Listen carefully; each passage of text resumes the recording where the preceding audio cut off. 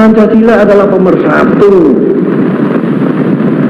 adalah satu ideologi yang menyakup segala.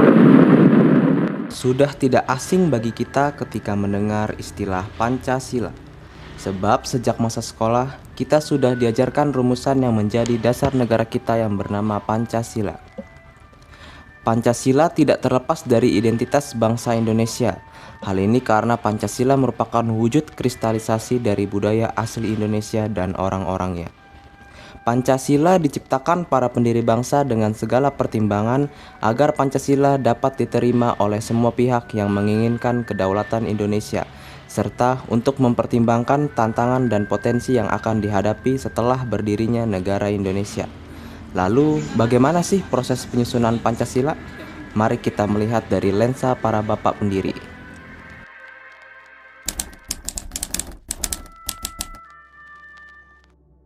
Semua berawal dari sidang pertama BPUPKI yang dilaksanakan mulai tanggal 29 Mei hingga 1 Juni 1945. Sidang pertama tersebut membahas perumusan dasar negara Indonesia yang merdeka. Dari sekian anggota BPUPKI, terdapat 3 tokoh dominan yang paling dikenal gagasan dasar negaranya. Dimulai dari Muhammad Yamin menyampaikan pidatonya pada 29 Mei 1945, lalu pada 31 Mei 1945 Supomo pun menyampaikan pidatonya. Dari 2 tokoh tersebut, terdapat perbedaan konsep yang mencolok.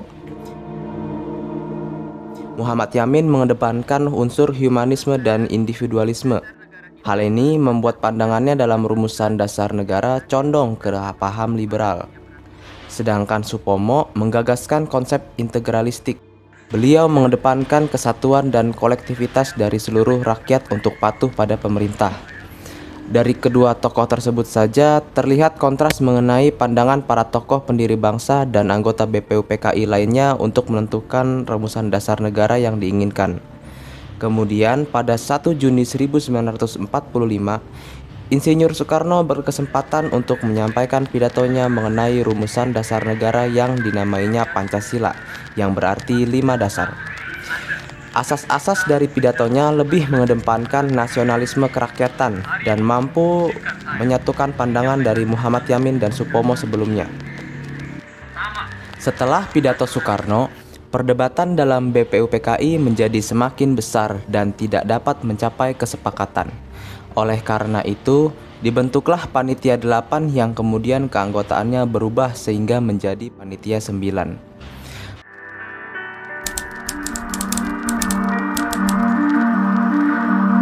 Panitia 9 bertugas untuk merumuskan dasar negara berdasarkan hasil diskusi sidang BPUPKI. Rapat Panitia 9 tidak senantiasa meredam perdebatan antar kelompok politik dan golongan. Kepanitiaan ini menghadapi perbedaan pandangan di antara anggotanya sendiri. Permasalahan yang paling krusial adalah berlanjutnya perdebatan antara kelompok Islamis dengan kelompok nasionalis. Golongan Islam seperti Abdul Qahar Muzakir menginginkan syariat Islam dapat dicantumkan dalam dasar negara.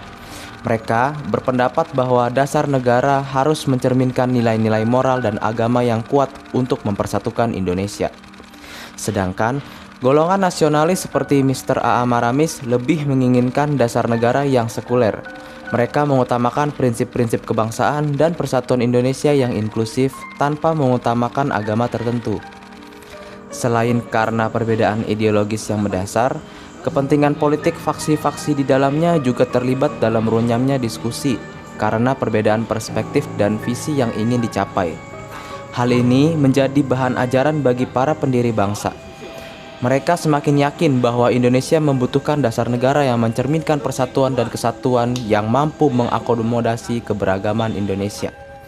Rumusan awal Pancasila yang diusulkan Soekarno diterima secara luas, namun muncul perdebatan apakah 5 prinsip itu mencukupi seluruh kebutuhan golongan masyarakat Indonesia.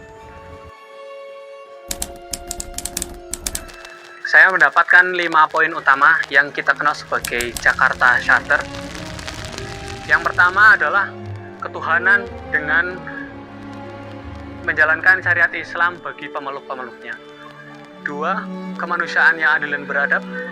3. Persatuan Indonesia. 4. Kerakyatan yang dipimpin oleh hikmat kebijaksanaan dalam permusyawaratan dan perwakilan, serta dengan mewujudkan keadilan sosial bagi seluruh rakyat Indonesia. Setelah rapat dan diskusi panjang, Panitia 9 berhasil merumuskan rancangan pembukaan Undang-Undang Dasar Negara Republik Indonesia tahun 1945.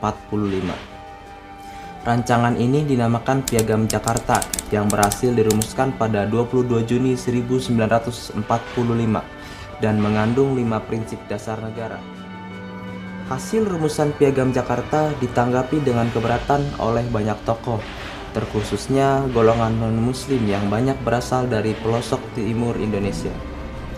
Mereka keberatan pada sila pertama yang berbunyi ketuhanan dengan kewajiban menjalankan syariat Islam bagi pemeluk-pemeluknya.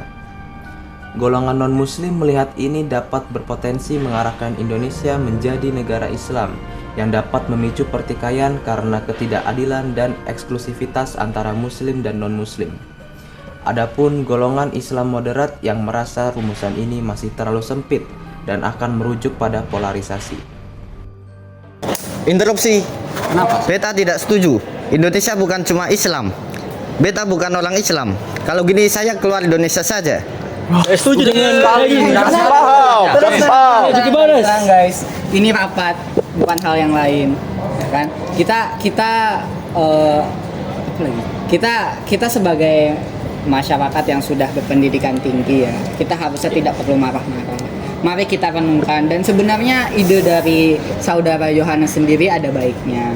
Memang masyarakat Indonesia sendiri tidak hanya terdiri dari masyarakat Islam, melainkan ada dari agama-agama lain. Jadi alangkah baiknya kita renungkan kembali, kita diskusikan kembali mengenai sila pertama tadi, supaya kita mendapatkan jalan tengah untuk jalan yang dapat bagaimana bisa saya bilang, iya, diterima untuk semua pihak.